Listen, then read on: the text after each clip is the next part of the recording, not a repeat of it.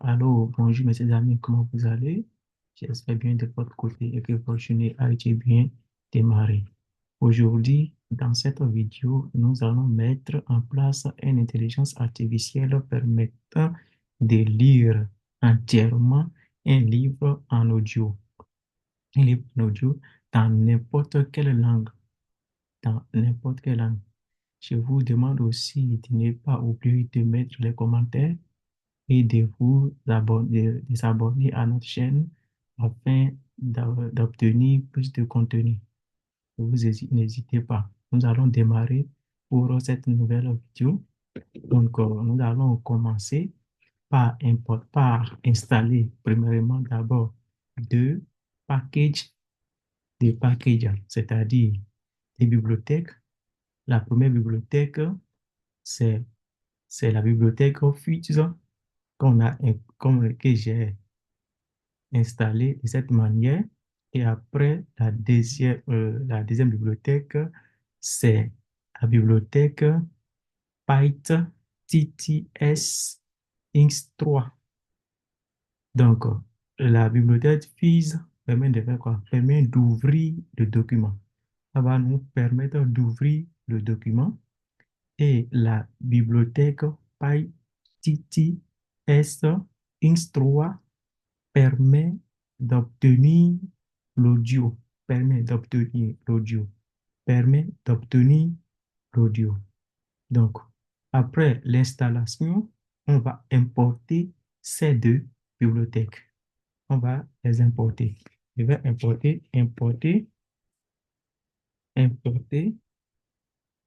les bibliothèques. Importer. On va faire l'importation. Importation. Donc, on va importer, import la bibliothèque Fused. Après ça, on va importer la bibliothèque PyTest Inks 3. Donc, on a importé ces deux. On va maintenant importer le chemin d'accès à notre document. Importer, importer le chemin d'accès, le chemin d'accès du document. Importer le chemin d'accès du document.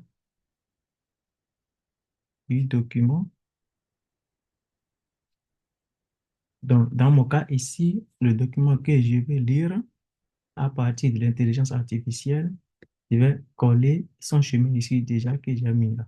Son chemin ici, là que j'ai nommé par Parts Documents. Donc, après ça, on va lire maintenant le document. Donc, lire le document. Lire le document. Lire le document. On va lire le document. Donc, je vais l'appeler document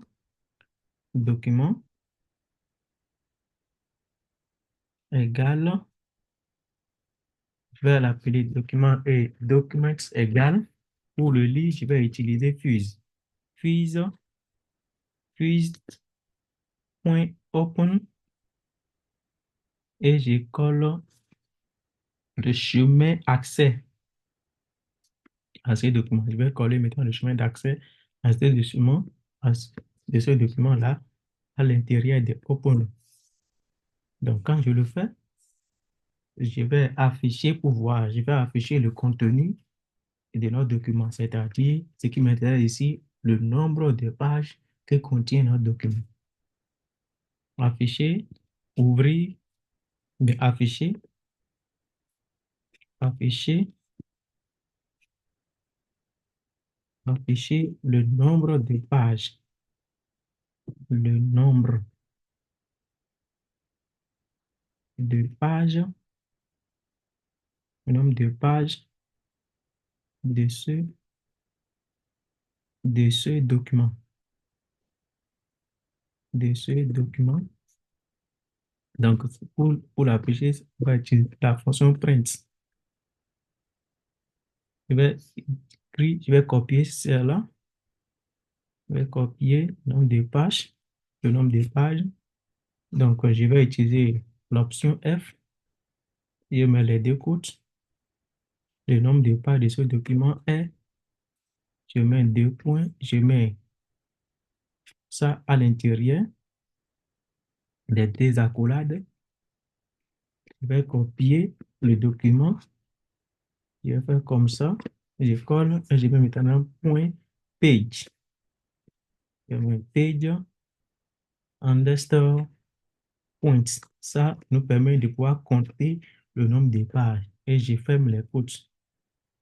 Et je compile, je vais compiler pour voir est-ce que tout va bien. Je vais compiler maintenant pour voir est-ce que tout va bien.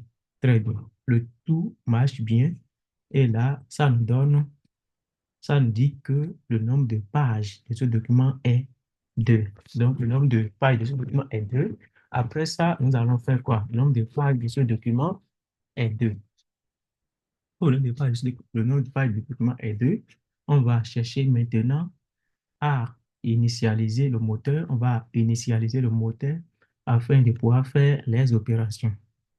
Donc, on va initialiser,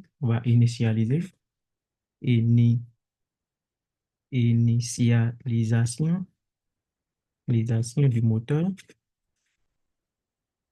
Et du moteur, pour initialiser le moteur, il l'appelle pas moteur, il l'appelle pas moteur. Donc, moteur, pour initialiser le moteur, je vais utiliser la bibliothèque PyTT. PyTT sinst3.init. Et je mets parenthèse. Donc, quand je fais ça, on va faire quoi maintenant? On va ajouter la vitesse à laquelle nous voulons lire le document et le volume. Donc, je vais faire du moteur, point, point set prosperity,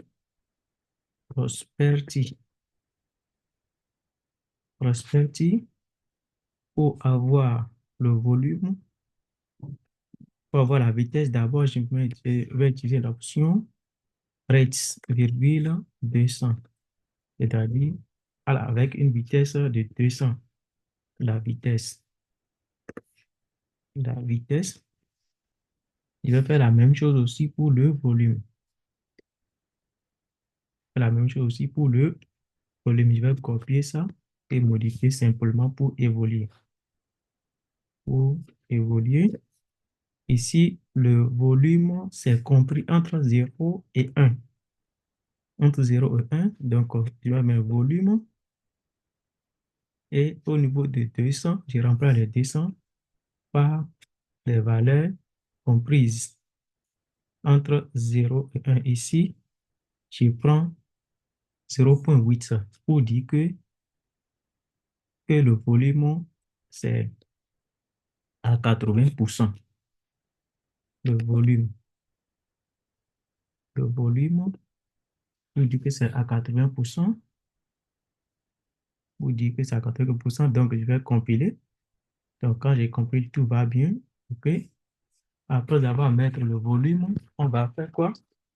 Après avoir mettre le volume, on va obtenir les données du document. On va chercher à obtenir les données du document. On va chercher à obtenir les données. Pour obtenir les données qui sont disponibles, on va déterminer d'abord les volumes des données. Pour obtenir les données, nous allons faire quoi? On va déterminer maintenant les voies qui sont disponibles dans notre système. Les voies qui sont disponibles dans le système, on va obtenir, obtenir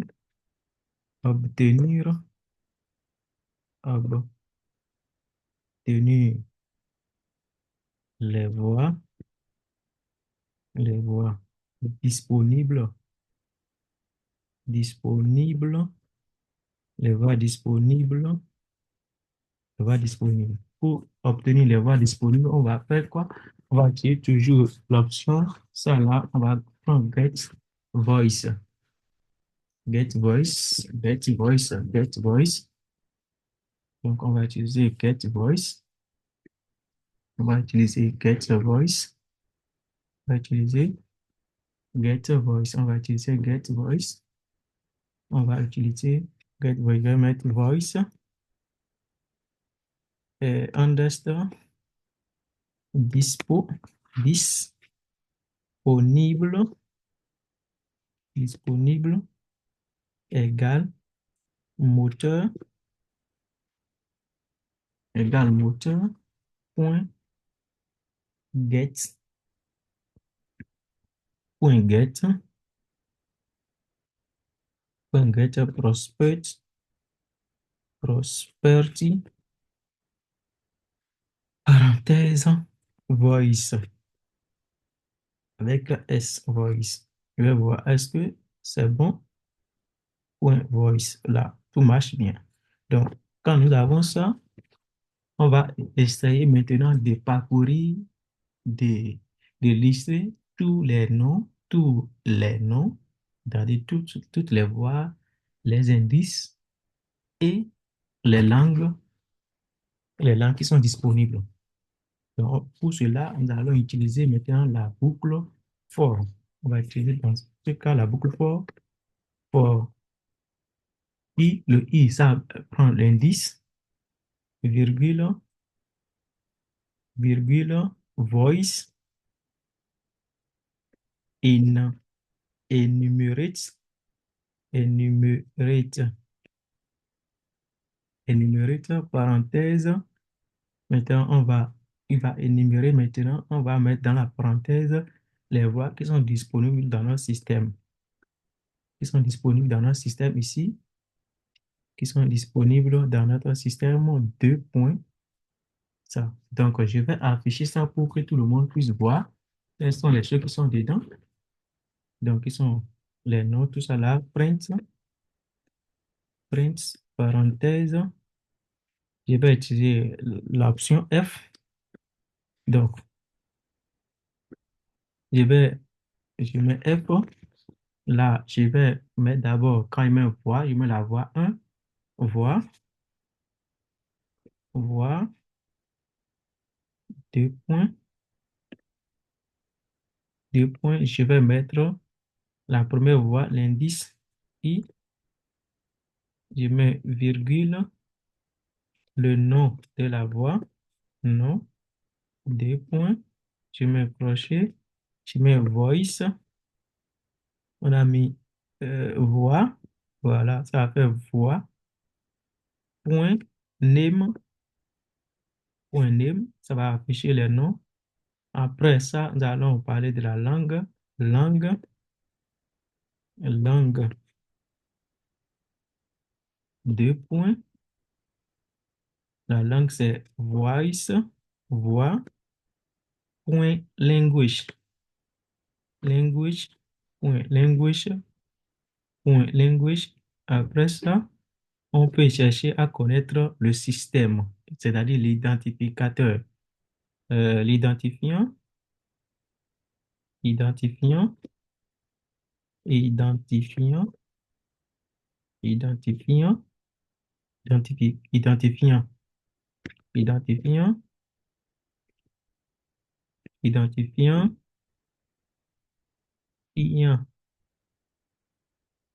identifiant, voilà, identifiant, deux points. Nous allons mettre voix, point, ID. Voilà, je vais compiler. Nous allons voir ce que ça nous donne. Très bon. Ça manque énumérer, ça manque le A. Ça manque le A pour énumérer. C'est ça. Voice, point, name, point, language, language, langue, point, language. Il y a erreur au niveau d'ici. Language. Ça prend S, je pense. Il manque le S. Voilà. Voilà. Donc, voilà. Les choses qui sont, les noms qui sont disponibles. Voici les noms qui sont disponibles ici. Voici les noms qui sont disponibles. Donc, nous avons au total là, 48 noms qui sont disponibles dans mon système ici, dans mon système avec les choses. Après ça, nous allons chercher maintenant à configurer la loi spécifique. On va choisir, on va choisir une voie parmi les ceux-ci. Ici, on va configurer la voie maintenant. Configurer la voie. Configurer. Figurer la voie. C'est-à-dire, on va choisir une des voies parmi les voies qui sont là. Configurer la voie. Pour configurer ça, on va utiliser moteur. On va utiliser moteur.set prospecting. Prospecting. Prospecting. Prospecting. Parenthèse. On va mettre voice. Voice. Virgule. Voix. Point. Disponible.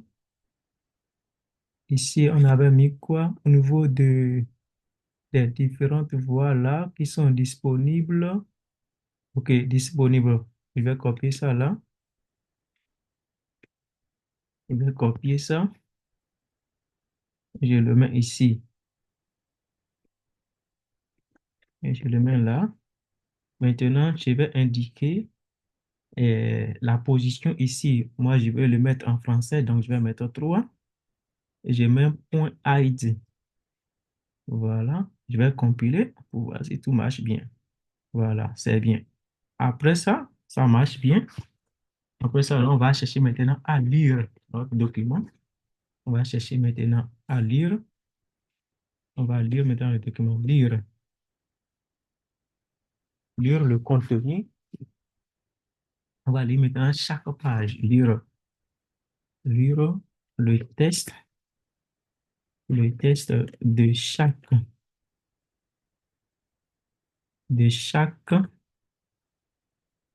page. Test de chaque page. Donc, pour lire le test de chaque page, ici, on va utiliser maintenant une boucle for qui va parcourir chaque page. On va utiliser for i in range, ça va prendre maintenant la longueur de la page, le nombre de pages que nous avons ici. Le nombre de pages ici va correspondre exactement à la longueur du document. À la longueur du document. À la longueur du document. Voilà. À la longueur du document. Donc, l'info ici. Très bien. Je mets des points. Après ça, on va extraire chaque page. Page égale document égale document point page point get point get test get underscore test parenthèse parenthèse. Ça nous permet de pouvoir extraire la page. C'est l'extraction de la page. Extraire extraire la page. Extraire la page. On extrait la page comme ça. Après l'extraction de la page, on va extraire maintenant le document. Ah, non. Ça, ce n'est pas bien fait. C'est chaud là qui va l'extraire d'abord page. Ce n'est pas ça. Ici, ce n'est pas ça. Ce n'est pas ça. Et ici, c'est document.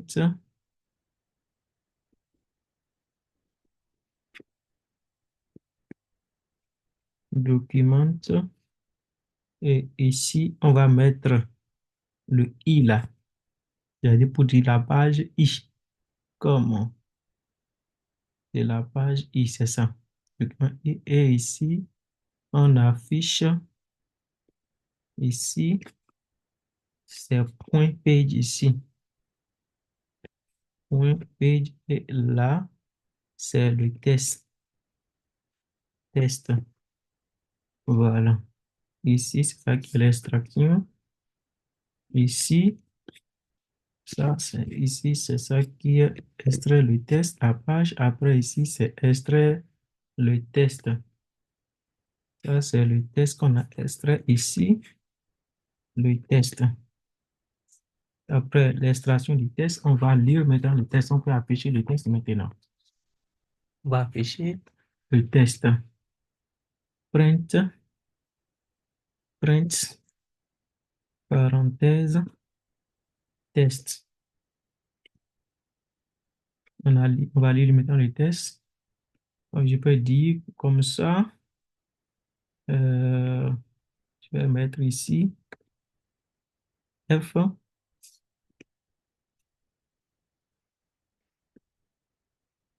Je vais mettre F. Le test de la page, je vais dire le test de la page,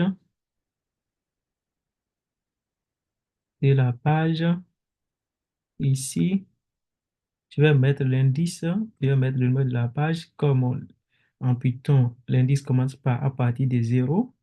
Je vais mettre plus 1 là. Et la page est 2 points. Je vais partir à la ligne. Et je vais mettre maintenant le test. Je vais coller maintenant le test là. Alors, je vais coller maintenant le test là. Test. Voilà. Le test. Le test. Je vais coller le test là maintenant.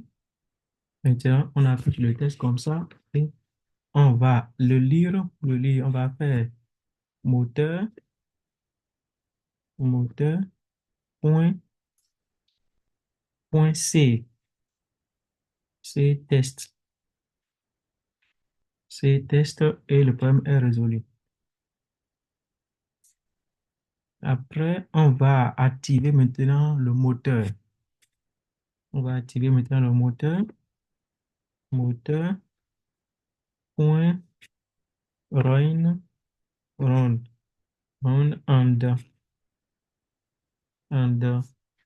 wait. Et c'est fini. On va essayer et voir si ça va marcher ou pas. Texte, l'importance de l'intelligence artificielle dans le monde moderne. L'intelligence artificielle, IA, est devenue un pilier essentiel du progrès technologique et économique, transformant de manière profonde la manière dont les sociétés fonctionnent et prospèrent. Son impact est visible dans presque tous les secteurs, des entreprises aux institutions publiques, en passant par la vie quotidienne des individus. L'un des apports majeurs de l'IA réside dans l'automatisation et l'amélioration de l'efficacité. En automatisant des tâches répétitives et en optimisant des processus complexes, elle permet aux entreprises d'augmenter leur productivité tout en réduisant les coûts. Par exemple, dans le secteur industriel, les robots équipés d'IA accélèrent la production, tandis que dans le domaine logistique, des algorithmes sophistiqués optimisent les chaînes d'approvisionnement. Dans le domaine de la santé, l'IA joue un rôle crucial en sauvant des vies. Des outils alimentés par des algorithmes intelligents permettent de diagnostiquer des maladies plus rapidement et avec une précision accrue, parfois avant même que les symptômes ne se manifestent. Elle accélère également la recherche de nouveaux médicaments grâce à des modèles prédictifs qui analysent des milliards de données biologiques en quelques heures. L'IA est également un moteur d'innovation et de personnalisation. Les entreprises l'utilisent pour créer des expériences sur mesure pour leurs clients, comme les recommandations sur Netflix ou Spotify. Dans le domaine des transports, elle est à la base des véhicules autonomes qui promettent de réduire les accidents de la route et d'améliorer l'efficacité énergétique. Au-delà des entreprises, l'IA s'impose comme un outil puissant pour relever les défis globaux. Face au changement climatique, elle aide à modéliser les impacts environnementaux et à optimiser l'utilisation des ressources naturelles. Par exemple en réduisant les gaspillages dans l'agriculture ou en optimisant la consommation énergétique des bâtiments. Pendant la pandémie de COVID-19, l'IA a été utilisée pour modéliser la propagation du virus, analyser les impacts économiques et accélérer la recherche vaccinale. Sur le plan économique, l'IA contribue à une croissance durable en transformant les emplois et en créant de nouveaux secteurs d'activité. Bien qu'elle remplace certaines tâches humaines, elle crée aussi des opportunités dans les domaines du développement technologique, de la gestion de données et de la cybersécurité. Cependant, l'IA ne doit pas être adoptée sans réflexion. Son utilisation soulève des questions d'éthique, de confidentialité et de justice sociale. Il est crucial d'encadrer son déploiement pour éviter les biais discriminatoires et garantir que ses bénéfices soient accessibles à tous. En résumé, l'intelligence artificielle est bien plus qu'une simple technologie, elle est une révolution. Elle redéfinit les limites de ce qui est possible dans des domaines aussi variés que la santé, l'éducation, les transports, l'énergie et même les relations humaines. En exploitant tout son potentiel de manière responsable, l'IA peut devenir un levier incontournable pour construire un monde plus efficace, plus inclusif et plus durable. Merci beaucoup, mes chers amis. C'est la fin de notre présentation. Je vous remercie pour le temps que j'ai pris de votre part et n'oubliez pas de mettre les commentaires qui vont nous permettre de pouvoir améliorer la qualité de notre travail. Et aussi, il faut s'abonner à la page pour avoir plus de contenu dans l'avenir. Je vous remercie et à tout à l'heure.